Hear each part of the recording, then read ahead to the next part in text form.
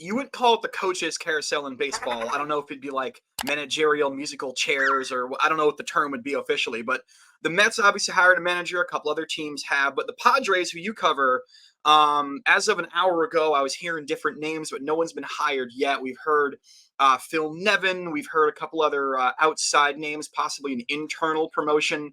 What are you hearing out there, Lee, for the Padres? Who's going to be the man with the bench? Phil, there's about 4 names out there, but that can constantly change because AJ Preller, the general manager, constantly changes the way he's doing his business. I think a guy that's moved to the forefront is David Ross, who just got tossed by the Chicago Cubs in kind of a surprise move. They need a leader. They need an intelligent guy. They need a younger guy to, identify with the players. So I think Dave Ross has not been interviewed yet, but I know he's been discussed in the inner sanctum at Petco Park. In the organization, they got Mike Schilt, who had 3 good years in St. Louis before he was bounced out of there because he feuded with the analytical people, and John Maziliak. They did interview Phil Nevin. I'm not sure if that was for a manager's job or maybe the bench coach job on a new baseball staff. AJ Preller, the general manager, is really unorthodox as to the way he conducts his business now. So he's got a managerial situation, and he's about to hire his 5th manager since he took over 9 years ago. There's not been a lot of stability here, but he's got the left hand. He's got a manager and a coaching staff he has to solve. The right hand, he's got a roster full of problems, and he's still at the general managers meetings in Scottsdale through tomorrow in Arizona. And he's got to deal with a Juan Soto situation. He's got to deal with the loss of his top starting pitcher, his potential loss of his top reliever. They have at least 5 pitching vacancies now on the staff because of free agents, guys that are exiting, and guys that did not pick up the options on. And the whole team underachieved during the course of the season. So it was a miserable end to a season that came with high expectations, and then the falling out with Bob Melvin and the decision to let him go to the San Francisco Giants. But there may be some more names that have surfaced, and as I've said, Preller just marches to the beat of a different gun. He never sleeps. I've never seen a guy operate. You text at 3 o'clock in the morning, or I was at the winter baseball meetings his first year. He was making trades at 2 a.m. and calling press conferences at 3 a.m. in the hotel lobby. Wow. It's a phenomenal thing I've ever experienced. That's a night owl. That's my kind of guy right there. So I do want to piggyback and off you know one what? thing. Oh, sorry. You know what? He's a New York guy. I don't know if a lot of fans know that. You guys know he's from Huntington Station out on the island. So he's one of you guys. That would make sense that he's up late and trying to get stuff done and constantly jittery and whatnot. So I want to piggyback one thing you just said, Lee, which was that the Padres have been underachievers for the last several years, in spite of having, in my opinion, they've got like a lineup of generational talent. Like they really do. You got, Machado and Tatis Soto, all these guys, these big bats, these big names. So as far as a managerial vacancy goes, do you see them kind of bringing in somebody a little more tougher, a little more disciplined to try to harness that talent? Or is it going to be something more along the lines of something else you just said, which was somebody a little more analytically driven, or a mixture of the two? What's your thoughts on that? They've gone through a whole myriad of managers. When AJ came here in 2014, he inherited Bud Black, who's got a pretty good reputation, and he fired him. And then he hired Andy Green, who had no managerial experience at ever, gave him a couple of 3 years, and then he removed him. And then he hired Jace Tingler, who had 0 experience, but had worked in the organization. 2 years into that, gone.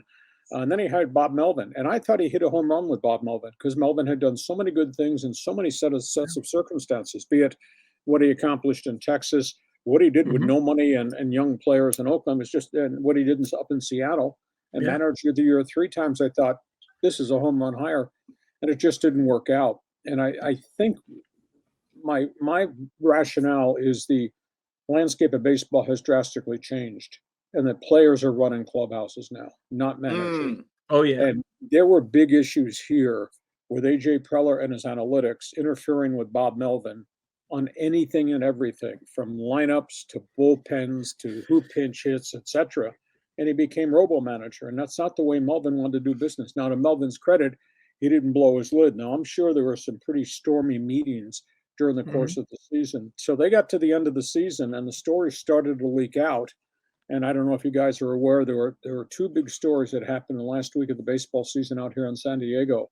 32 people, players, former players, staff members, ex-staff members, and executives that the Athletic and the Union Tribune newspapers contacted to try to get anonymous reaction to what the hell happened in San Diego. 32 people criticized Preller and his analytics department for interfering and criticized the players for not being consummate teammates. You know, that's something that we go through here in New York as well, because there's been a lot of talk of Aaron Boone, of course, the Yankees manager.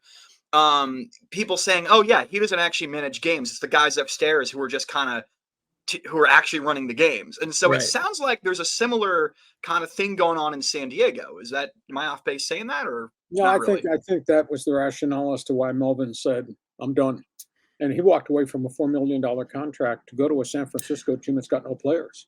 And is facing a massive overhaul of their roster. So it was really a tough finish, and nobody expected this. And then collectively, I've been in that clubhouse. Those players act like independent contractors. There is no Philadelphia esprit de corps. You look at the Phillies and how they played. Look at what the Rangers became. I never saw any of that in the Padres clubhouse, nor on the field. And you know, in Preller's 9 years here, this is the most mind-boggling thing. His ownership has given him a blank check and he's outspent it. He has signed so many players, so many draft picks, so many international free agents. He's overpaid on virtually everybody. And at the end of the day, they haven't won bleep. In 9 years, they had 3 months of good baseball. A year ago this fall, they had the push to the playoffs and they beat the Dodgers. That's all they've done in 9 years. And he's still got the job. So it's a strange set of circumstances. I think he's on the clock. I think he's got 1 year left. And the other problem is they're going to cut payroll. They're going to go from 253 down to 200 this year. I wanted to ask about that. They had the majority owner who's got health issues. I think that's a piece of this equation. So what was Padre baseball right now is not going to be Padre baseball next season. And he's got to deal with Soto, and he's got to deal with Scott Boras. Like I said, right. I was just going to get into that.